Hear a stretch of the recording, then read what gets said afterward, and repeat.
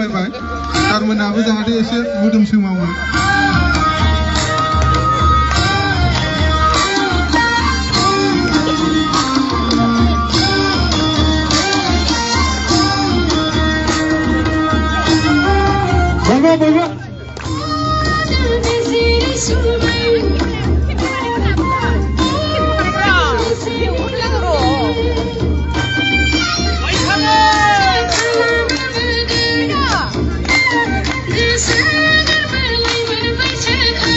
आलासि आरो साफ्रोमखौबो बाहागो लाफैनायखौ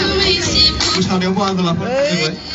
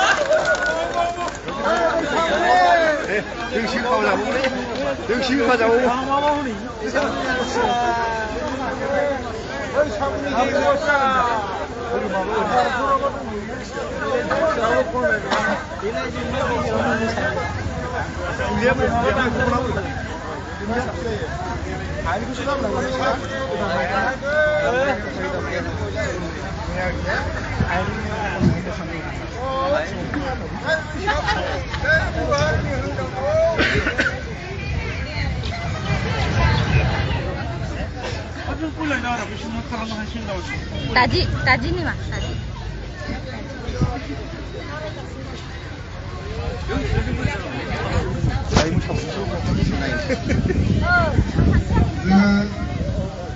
दा दसेनि उनाव मोसाबावगोन बेनिखायनो रावबो थांथ'नो नाङा जोंहा मोनसे हाबाफारिखौ फोजोबनानै लाग्रोनि जोंहा नुजाफैनो हानाय सारमोननिफ्राय माखासे हामलायथि बावनाय बेखौ लागोन सारमोननिफ्राय सुंद'यै सानै साथामसो सारमोननिफ्राय लागोन बेनिखायनो सारमोनखौ नुजाफैनो हानाय गासै रायजो राजा आरो मानगोनां इन्टेलेक्सुयेलफोरनिसिम गावसोरनि हामलायथिखौ होनो थाखाय आं खावलायगोन गिबियावनो जोंहा अल आसाम ट्राइबेल संघनि मानगोनां बोसोनगिरिफोर जगेन नार्जारी सारखौ दिनैनि बे बैसागु फोरबोजों सोमोन्दो लाखिनानै सुंद'यै हामलायथि होनाय हाबाफारिखौ होनो थाखाय गुरैयै खावलायनाय जाबाय।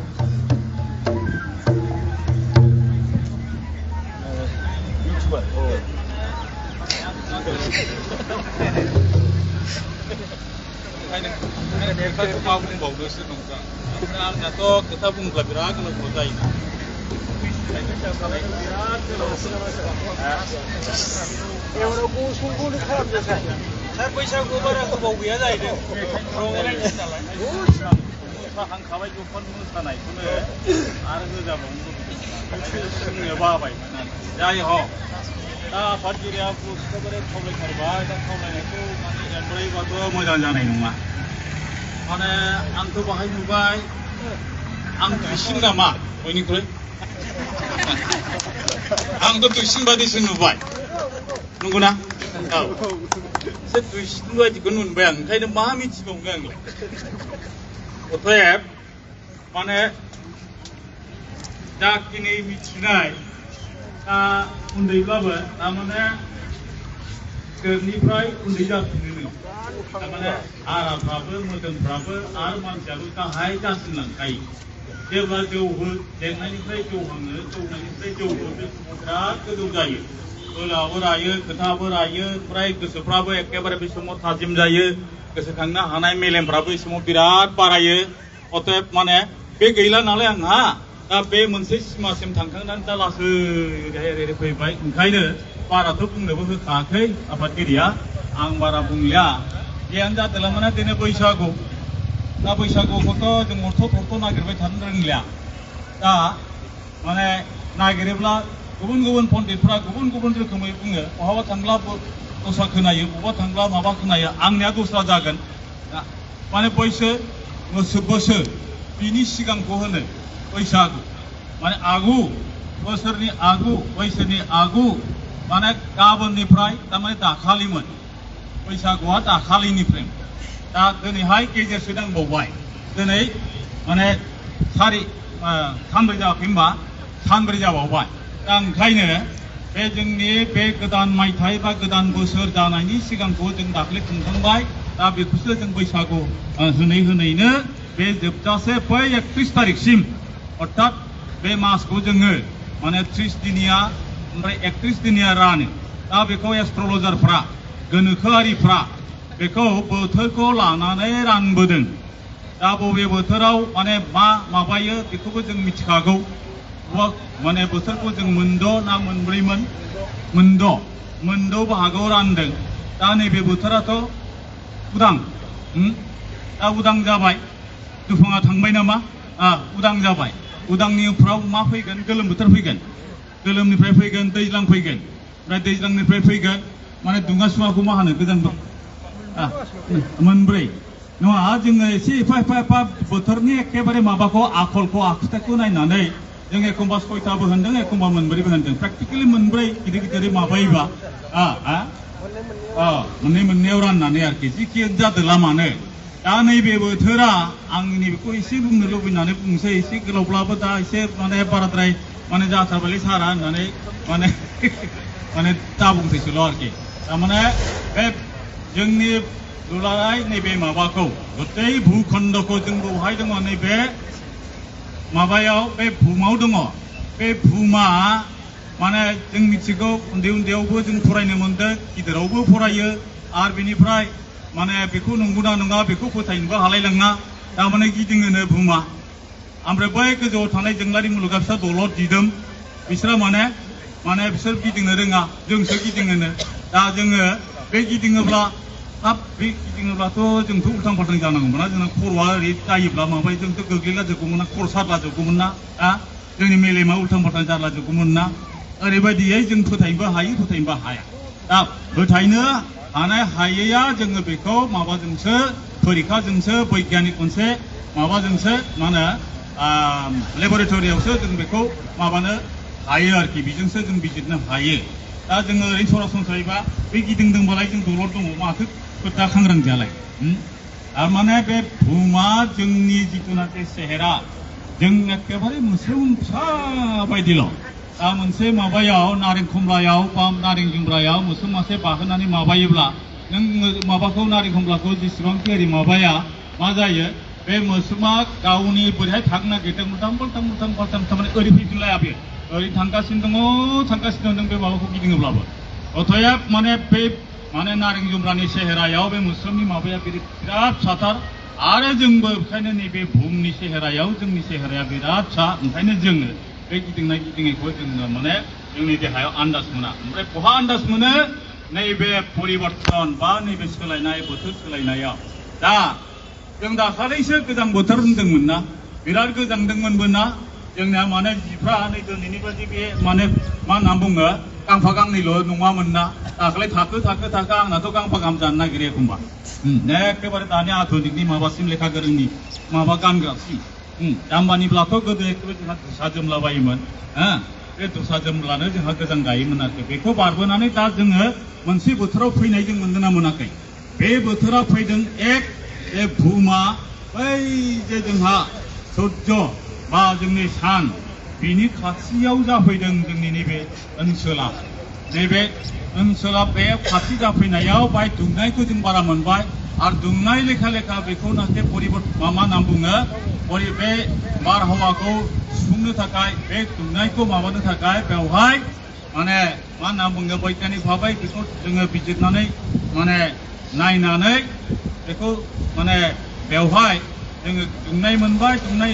लेखा बेखौ थाफिननो थाखाय माबा मोनसे प्रेसार सिखांबाय ल' प्रेसार ओमफ्राय ल' प्रेसार सिखांनाय लेखा बेखौ बेकआप खालामनो दोनै बै जायगानिफ्राय फैनानै माने बारहावाया बेवहाय माने बै सागरनिफ्राय माने मा होनना बुङो बे दैनि माबाखौ बाष्पखौ लाबोनानै बेवहाय माने माबा खालामफैबाय आरोखि ओमफ्राय नै दा दाखालि सिब्ला सिब्लि जादों बे सिब्ला सिब्लि जानायनि खारनानो जाहैदों मा बे भौगोलिक परिबर्तन बे जोंनि बुहुमा माने सोलाय सोल' जाबोनायखायनो नैबे बोथोरा मोनसे गोदान सोलायदों आरो बे बोथोरखौ जोङो बोसोरनि 12 मास जिथुनाखि राननानै लानाय बे 12 मास राननानै लानायनिफ्राय सिगांथार माने मास होननानै दान होननानै हमनानै लादों आरो बे दानावनो जों दिनैहाय माने प्रकृतिखौ नुनो हांदों गोदान महर दाखालिसो एखेबारे माबाजोबमोन अबेबा माबा माने बिफाङा एखेबारे गैला थैबायसो नामा अबेबाथाय एकदम थैनाय बायदि जाथारो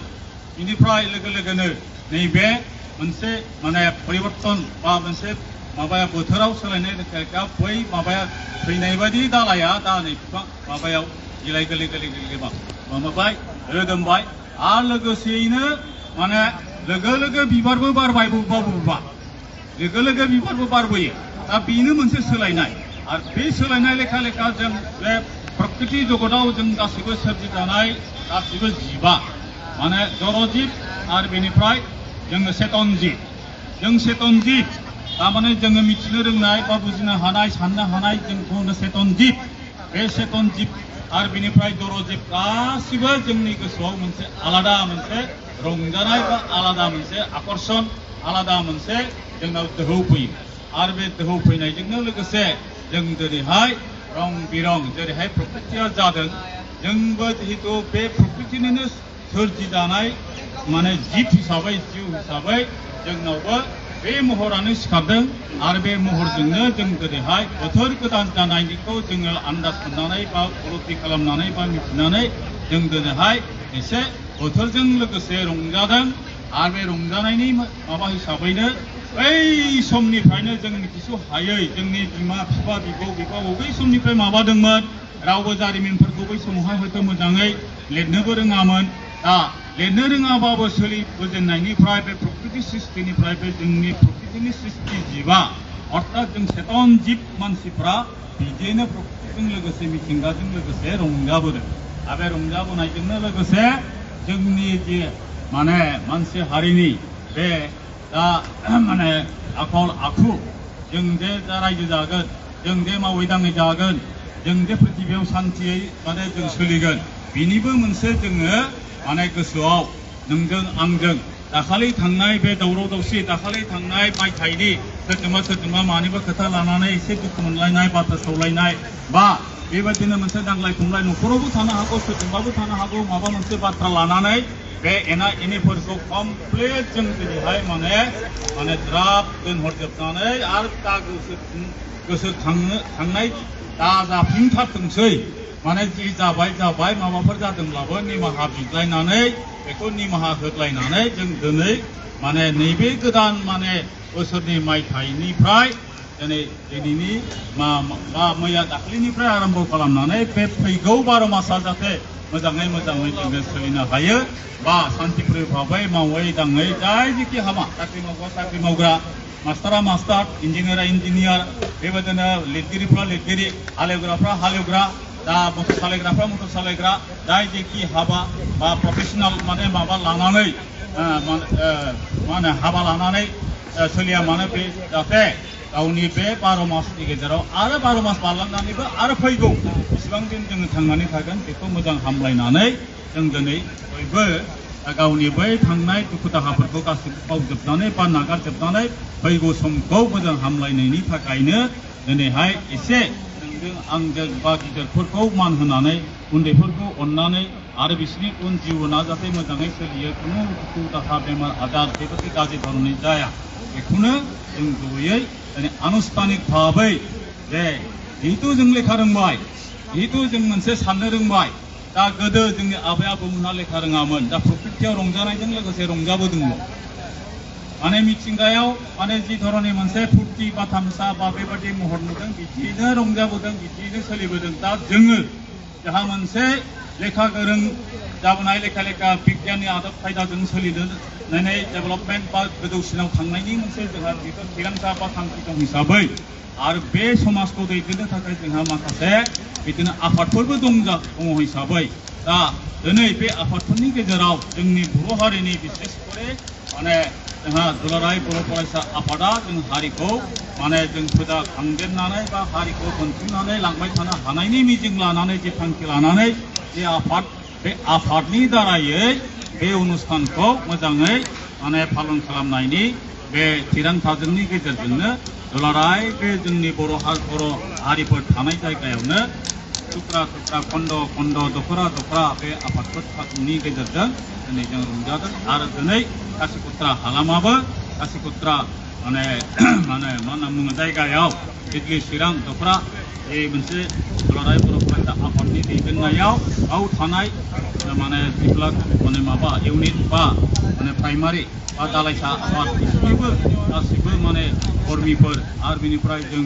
माने ज' जाफैनानै बेवहाय दिनैनि बे अनुष्ठानखौ जोङो गाजा गोमजा आरो बिनिफ्राय मोजाङै मोजां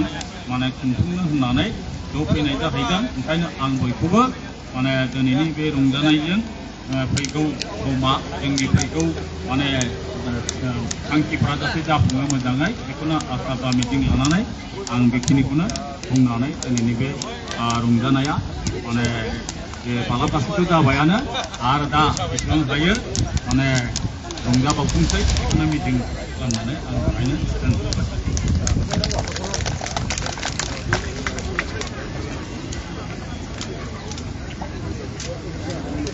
साबायखर थाबाय सारनिसिम। दा जोंहा सानै सारनिफ्राय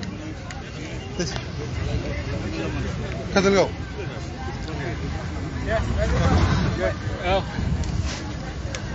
दा सानै सारनिफ्राय सुंद' लाबावगोन